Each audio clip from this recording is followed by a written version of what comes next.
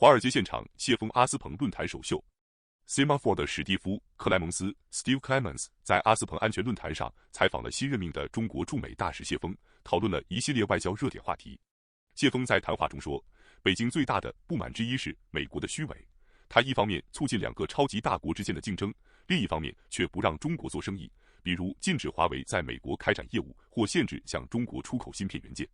这就好比在泳装比赛上限制对方穿老旧的泳装，而你自己却穿着 Speedo。谢锋打趣道。当被问及从公众视线中消失了20多天的外交部长秦刚，在突然访华期间是否会见了美国前国务卿亨利·基辛格时，这位大使给出了一个隐晦的答案。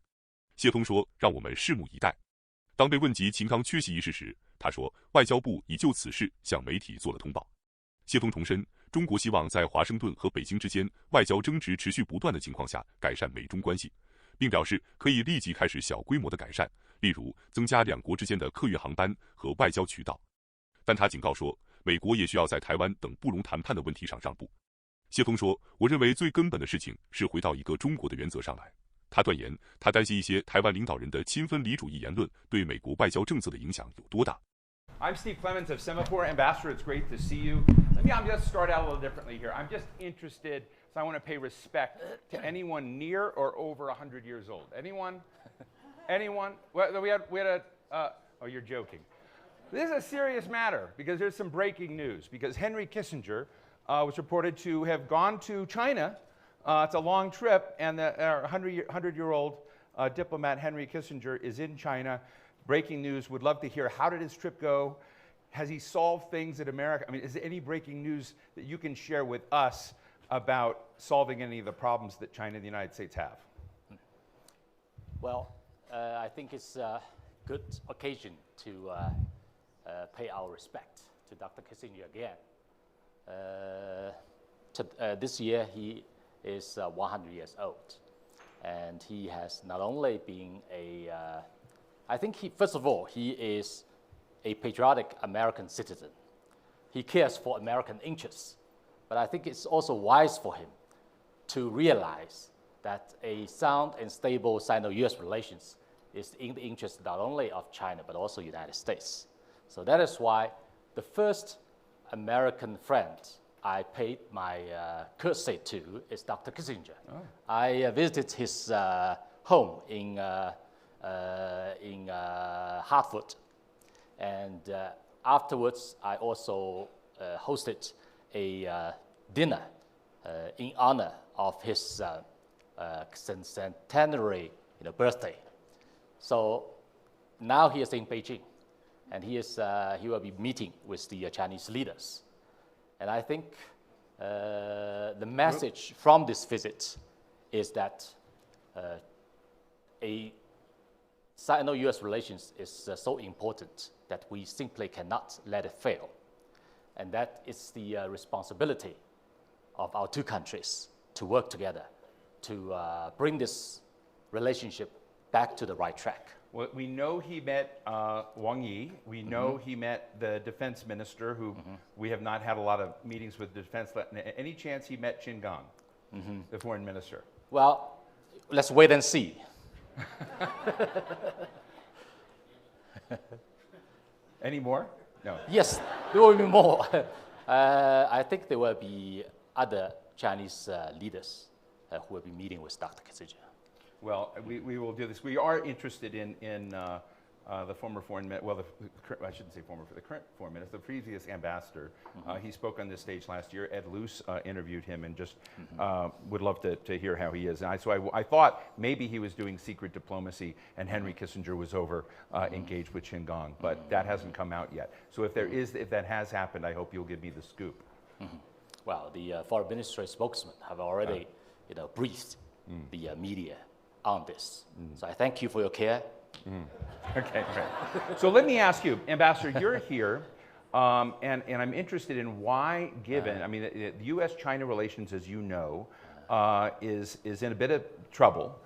It's a portfolio that's going to require a lot of work. I'm not sure why you wanted to come here. What is your agenda as you see it? As you diagnosed U.S.-China relations, what's good, what's not good from your perspective, and what are you going to try and fix? Well, this is frankly speaking, a difficult time for China-US relations. But as a diplomat, I have to follow the instruction of my leaders, as well as my government, to do the job that is needed to be done. So I came here. On the one hand, as the Chinese representative, I'm here to safeguard China's interests. But on the other hand, as the representative of the Chinese people, I'm coming here also to enhance communication and cooperation between China and the United States. And this is also my important mission. Sino-US relations is facing serious difficulties and challenges. Recently, since my arrival, I have noticed there have been reflections on the US side on its China policy. In the previous weeks, there have been a series of high-level exchanges between China and the United States. And they proved to be in-depth, candid, and constructive. I think the most important thing out of these visits is that both sides agreed we should implement the important common understanding reached between the two presidents in Bali. I think that this is a good sign. And this provides a rare opportunity, but the challenges are still abound, and the foundations are still fragile. So we need to keep up and also to sustain this good momentum. So you had Secretary of State Blinken, who will be here this week. You had Secretary of Treasury Yellen, who will not. We've had John Kerry over. Now we can't count him as an official, but of course Henry Kissinger. So there's a stream of people going over. Who's next? Well, right now, Kerry, the presidential special envoy, is in Beijing. And Secretary Raimondo has also expressed the wish to go to China. So we welcome more American officials, as well as people from the business, from the students, scholars, right. Even tourists, we welcome. We embrace you to visit China. So do you look at Secretary Raimondo? We were just talking to her earlier, or not talking to her, but about her earlier in a session about chips with the CEO of Intel and the previous Secretary of Commerce, Penny Pritzker. And we were talking about a kind of technology war with China and whether we're in that or not. Both of them said no, but they said the challenge is very severe. Do you look at Gina Raimondo as an economic official, or do you look at her as a national security military official? Well, that question has to be determined by the US side, not by me, But frankly speaking, China is opposed to any kind of trade war, technological war under the pretext of competition. China do not shy away from competition, but the definition of competition by the US side, I think is not fair. But first of all, United States is trying to win by keeping China out. For instance, Huawei was banned, even though this company has come up with a agreement to have no security, to have no backdoor. So how can you imagine a competition without one side even on the ground? And secondly, I think the United States is rallying allies to encircle China. This is not in conformity with the one-on-one game rule. So you feel encircled? Of course, this is the fact. This is the fact. And thirdly, I think United States is restricting or prohibiting China importing equipments to build chips, which are smaller than 14 nanometers. I think this is like restricting the other side to wear outdated swimwear in a swimming contest, while you yourself is wearing a Speedo, fast skin. So this is not fair. I am, just for the record, very comfortable with outdated swimwear.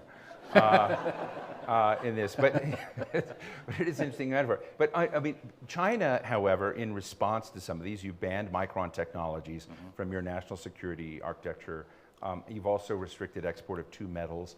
Are we at the beginning of an escalatory tit for tat from your perspective, that you're now sending a signal that you're not going to take it anymore and you're going to go out and begin restricting technologies and materials that the United States needs? Well, you see, up till now, 1,300 more Chinese entities or personnel have been on the US sanction list. And these people were forced out of job, and their families suffered greatly. And we have been, it has been reported that the US side is also considering, having a outbound investment review mechanism, as well as further, prohibition on the export of AI chips to China. So these, the Chinese people cannot remain silent, and Chinese government cannot simply sit idly by. In Chinese saying, there's a Chinese saying that we will not, make provocations, but we will not flinch from provocations. So China definitely, will make our response, but definitely it's not our hope to have a tit for tat. We don't want, trade war, technological war. We want to say goodbye to the Iron Curtain as well as the Silicon Curtain. Do you think Americans you're meeting with are getting that message? You were at the Pentagon recently. I don't know if you have met Representative Mike Gallagher, of the chair of the Select Committee on China, but are you sensing that message that you're sharing with us, do they believe you? Well, I have not met with the representative yet, but I'm trying my best to engage with the American public. And the reason why I come here to attend this forum, I think they're simply watching. to speak out. I think they're watching, by the way. I think the committee is definitely watching. So thank you. You want to say hello to Mike Gallagher? I would like to express my thanks again to the forum for inviting me. Right. And thank you for talking to me. But in this portfolio of your job and whatever, I reached out. I basically talked to a couple of folks I really respect in the broad foreign policy establishment, but I also got a couple of quotes. I just want to read them real quickly, because I think you have a bitch of a job coming up. and so one of these very senior U.S. officials, I don't want to name, but in the Biden White House, say they basically believe, listen, Steve, don't have any illusions. China has a long-term plan to displace America as the global hegemonic power and replace that displacement with its own role and influence. That's one. If you listen to Mike Gallagher, he says the greatest threat to the United States is the Chinese Communist Party. The CCP continues to commit genocide, obscure the origins of the coronavirus pandemic, steal hundreds of billions of dollars worth of American intellectual property, and threaten Taiwan, etc. Kevin McCarthy said, to win the new Cold War, he calls it a new Cold War, we must respond to Chinese aggression with tough policies to strengthen our economy, rebuild our supply chains, speak out for human rights, stand against military aggression, and end the theft of America's personal information. These are very tough words. And then a different official said, Xi Feng is the right person at the right time to be China's ambassador in Washington. I think he will be able to communicate in hopefully an effective manner, both in the nation's capital and more broadly, while of course representing President Xi in China. We certainly need that, as you so well understand. I'll just say that is a very, very important too. There is not a consensus per se around. There's a lot of toxicity. So you're going to have to be dealing with this. So when you hear those kinds of comments from senior government officials, what is your path for success? Well, to follow the question you raised just now, whether my voice has been heard by the general public. You see, since my arrival, I have a perception that a little bit surprising to me of this so-called political correctness in the US society. I have been talking to as many American friends as possible. I think there are still a large number of supporters for this relationship, but they seem to be under pressure, and they seem to be reticent under the recent, chilling effect, and they tend to restrain from making their views, out under the so-called, anti-China chorus. An American netizen, commented on my Twitter, saying that I hope you find some allies. There are some hiding in the darkness, afraid of being crushed. So one of my job here, I think, is to seek them out. I am one, but we are many. So I hope that all of you will join hands with me to seek them out and to contribute together to this relationship. Now, coming back to your previous question, Chinese people, I think, are the most friendly people in the world.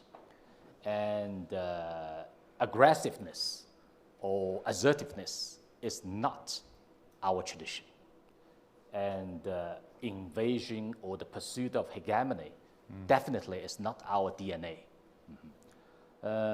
When President Xi Jinping met with Secretary Blinken about 2 weeks ago, our president said emphatically that China and the world is big enough to let China and the United States develop respectively and also to prosper together. China do not challenge United States or try to displace United States. Instead of outcompeting others, China is now focusing on outdoing ourselves. We have a long way to go, and we want to build the prosperity pie even bigger and also divide them fairly. Right. So it's an uphill, battle for us. So there's no one is more eager than China to see a stable, healthy relationship between China and the United States. So how do you get there? So Wang Yi is in the news a lot because he's doing two jobs. You're the head of the CCP's Foreign Committee and then Foreign Affairs Committee, and also really acting in the role of Foreign Minister for the moment. And he said that no one can transform China. And he says, more importantly, absolutely no one can contain China, that both of those would be there. But I think a lot of the concern about so-called transforming China is the difference between China and the US on dealing with human rights. Or how Brad Smith of Microsoft is here, wrote a book on tools and weapons about how China deploys facial recognition software and how. I'm interested in how and whether on these big issues that a lot of people in the world care about, AI, the coming use of quantum technology, but also human rights, how we can solve those tensions in a way that's not considered transforming, even though the United States wants to see transformation. Well, China has been engaging with the United States and other countries, in dialogues on AI, on human rights, on a very broad range of issues. But of course, China and the United States are two different nations with very different cultural background and historical background. So we cannot see eye to eye, on everything, just like each individual cannot see, eye to eye on every issue. But our position is that we should seek common grounds while sharing differences. And mutual respect is very important. So China is, take the example of human rights. China now is promoting the so-called whole process, people's democracy. That is, you see, rose is beautiful not because of the name, because of the smell, And the democracy should not be as a slogan. It should deliver. We think that if a democracy process that have the widest participation, it can deliver outcomes, that is to improve people's lives. And if finally it can get the approval of the people, then this is good democracy. From the previous dozens of years, Edelman and Harvard University conducted, opinion poll in China, and the approval rate for the Chinese government has always been over 90%. So I think this is very convincing. You just made Richard Edelman's day. Let me read something here. It's in today's Financial Times by Edward Luce, who's in the hall. And he wrote, the challenge for the West is in forging a common front on China without it spilling over into direct confrontation. Unlike the war in Ukraine, which must eventually reach some kind of messy conclusion, the rivalry between the US and China is a project without end.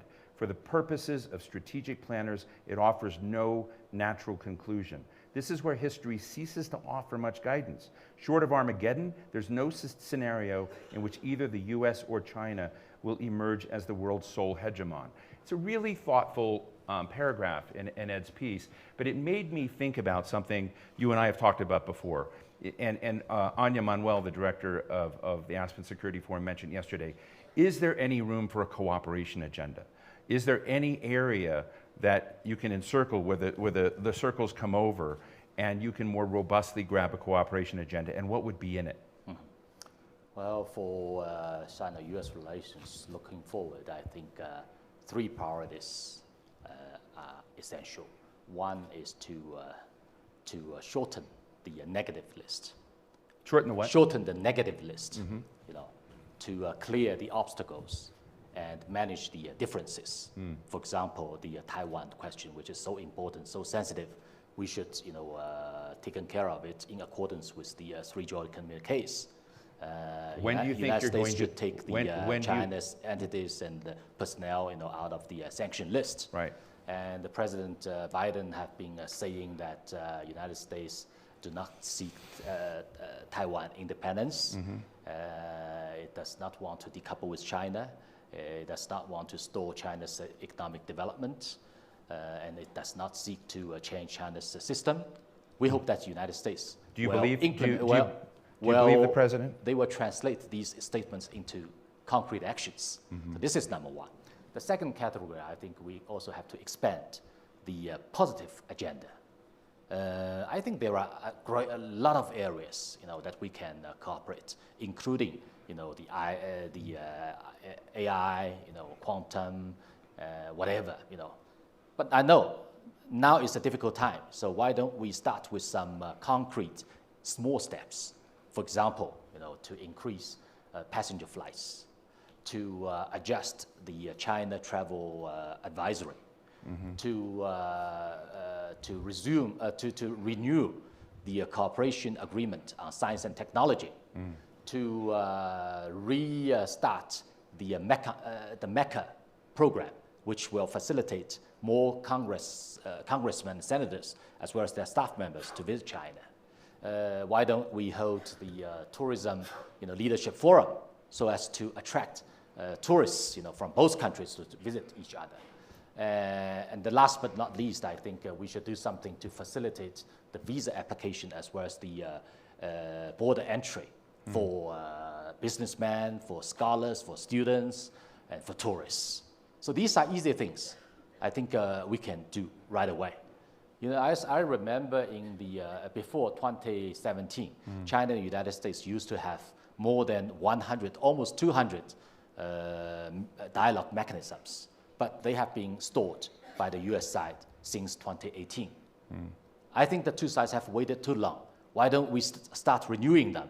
If not all, then starting from 50 or 30. I think that is possible. And the last one is the one I said just now, to seek out supporters to create an environment for a healthy development of our bilateral relations. On the climate front, what do you think John Kerry will achieve in China? And do you have any criticisms for the United States' role on climate today? Climate change is another area. China and the United States have great potential to work together. If you look back, the Paris Agreement. Do you think that China is doing so much? I mean, I'm actually pretty well read into China's growth and on a lot of fronts, carbon. There's no doubt in those areas, but also in dealing with climate remediation or carbon remediation in a lot of areas. Do you think the United States is living up to its goals on climate change today? Well, first of all, great potential for China and the United States to work together in this area. Secondly, I think we should still, stick to the principle of common, responsibility, common but differentiated responsibility. And thirdly, you should implement what you have, committed up to now. For example, the developed countries have committed themselves to providing assistance to developed countries. So we are waiting that to be done with real actions. Coming back to the question you just raised now, China definitely do not seek hegemony. And we don't want to have conflict with the United States. As I said, we do not want to challenge the United States or displace the United States. We want to grow together with the United States. So I think the Thucydides, trap is not inevitable. It's not inevitable. And that is why I think we should say goodbye, because the world has changed. Now we have to look beyond. We should say goodbye to the Cold War mentality. We should say goodbye to the bloc confrontation. We should say goodbye to the zero-sum game. And we should avoid a major country conflict. I once remembered, an American friend asked me, what kind of flower will grow out of China? And my answer is, it will be a flower of peace, a flower of cooperation, a flower of common, development. Right. It will be a Chinese peony. Right. Chinese peony. As beautiful, as sweet as American roses. I think that's a tweetable moment. We only have 3 minutes. I want to do lightning round with you. In talking about what China wants to become and how it's evolving, one of the features that we've all been surprised, we woke up one day and saw that China had negotiated normalization between the Saudis and Iranians. What's next? The fact that you're doing it, if you can give me a short answer here, but it's a different behavior. We didn't see China doing that kind of role. Should we expect more? Is Israel-Palestine next? Well, China, the purpose of China facilitating for the re-establishment of diplomatic relations between the two countries is simply to encourage more countries in the region to embrace peace, to shake hands.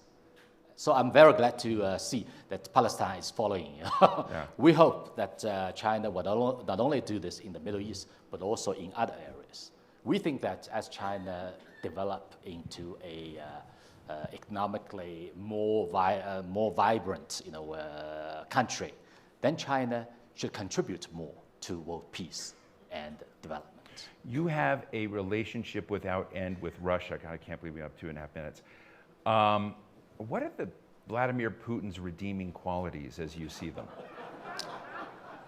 Well, as diplomats, we conduct our foreign relations, on our respective national interests. I have not met with President Putin personally. I still remember President, so Bush. you might I still not still like remember him. when I was working here for the first time. Right. President Bush Jr. Right. said that he looked into the eyes of Mr. Putin. Saw his soul. He saw his soul. He's reliable, Yeah. But this doesn't.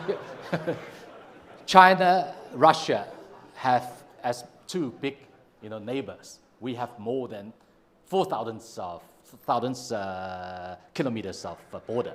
So it's only natural for us to maintain good neighborly relations. China cares about its borders and China cares about sovereignty. Do you believe Ukraine has a legitimate case fighting back against Russia because its sovereign lines as recognized by them? You had an embassy there. Do you recognize that? And what can China do to help solve this horrible mess? Well, to finish the previous question, it's only natural for China and Russia to maintain normal, friendly, neighborly relations, and also to engage with each other in legitimate, trade. But China, since the breakout of the Ukrainian crisis, we have been openly and repeatedly our position. We we stand for the safeguarding of national for sovereignty and territorial integrity. This is number one. And secondly, we are also asking for, the respect to the legitimate and reasonable, security concern.